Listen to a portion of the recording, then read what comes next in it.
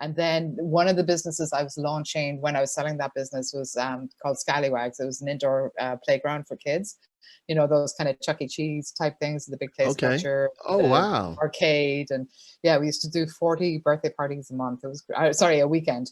It was crazy. It was like just like nonstop kids and screaming. And, you know, it was a ton of fun Oh, though. So okay. that business, I actually kind of went into it, I was actually going into it looking to create a franchise. I ended up just creating an exit because I could never quite get it there to where I could like step away and it would just all run. But I was Right. doing a lot of emyth work when I was running that business. So I was really like building the systems and processes. But the Beautiful. big thing I was building was a database. So when kids came in, they would the way we register them is I would get the last four of their phone number, and that's like when they came back in, then they give that number and they'd be in the database. But I get all the birthdays of the kids.